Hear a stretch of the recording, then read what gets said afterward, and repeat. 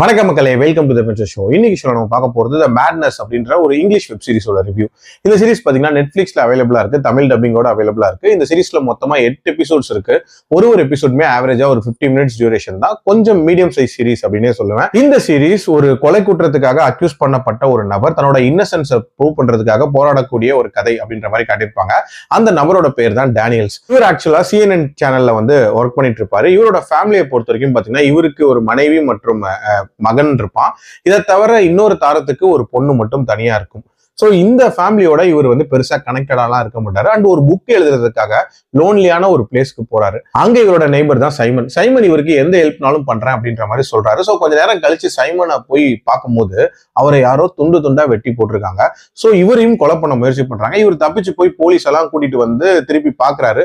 அந்த இடத்துல பணத்தை காணும். சோ உண்மையிலே சைமனுக்கு என்ன ஆச்சு, அந்த கொலைக்கு பின்னாடி இவர் தான் இருந்தாரா, அண்ட் இவரை ஏன் அக்யூஸ் பண்றாங்க, அண்ட் டுவர்ட்ஸ் எண்ட் இவரோட இன்னசென்ஸ் எப்படி ப்ரூவ் பண்ணாரு அப்படின்ற மாதிரி நிறைய விஷயங்களை சொல்லக்கூடிய ஒரு சீரிஸ் தான் இந்த சீரிஸ்.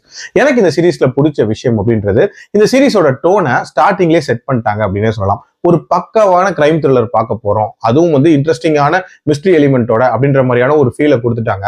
அதுக்கேற்ற மாதிரி ஸ்டார்டிங்லேயே அந்த கொலை சம்பவம் அப்படின்றதையுமே காட்டிடுறாங்க. அதுக்கப்புறம் வரக்கூடிய 2 எபிசோட்ஸ்லுமே பாத்தீங்கன்னா இவரை ஃப்ரேம் பண்றதுக்காக ஒரு குரூப் முயற்சி பண்ணுவாங்க. சோ அது ரிலேட்டடான போர்ஷன்ஸ் அப்படின்ற மாதிரி போகும்.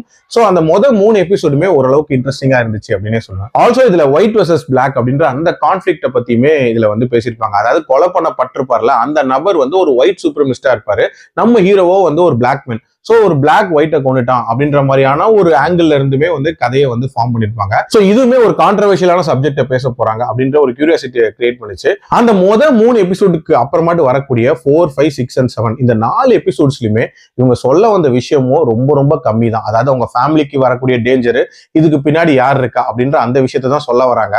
பட் அதை சொன்ன விதம் அப்படின்றது ரொம்ப எக்ஸ்டெண்டடா சொல்லியிருப்பாங்க. இன்ஃபேக்ட் 3 எபிசோட்ஸ்ல கிரியேட் பண்ண அந்த த்ரில் எலிமெண்ட் அப்படின்றதுமே போயிடும். அண்ட் தேவையில்லாத டிராக் அப்படின்றதையுமே உங்களால உணர முடியும் அப்படின்னே சொல்லலாம். அண்ட் ட்விஸ்ட் அண்ட் டர்ன்ஸ் அதாவது பெருசா இருக்கு அப்படின்னு கேட்டீங்கன்னா அதுவுமே பெரிய லெவல்ல இருக்கவே இருக்காது. பட் டுவர்ட்ஸ் தி எண்ட் அந்த லாஸ்ட் எபிசோட் இருக்குல்ல, அதுல சம் அப் பண்ண விதம் அப்படின்றது நீட்டா இருந்துச்சு.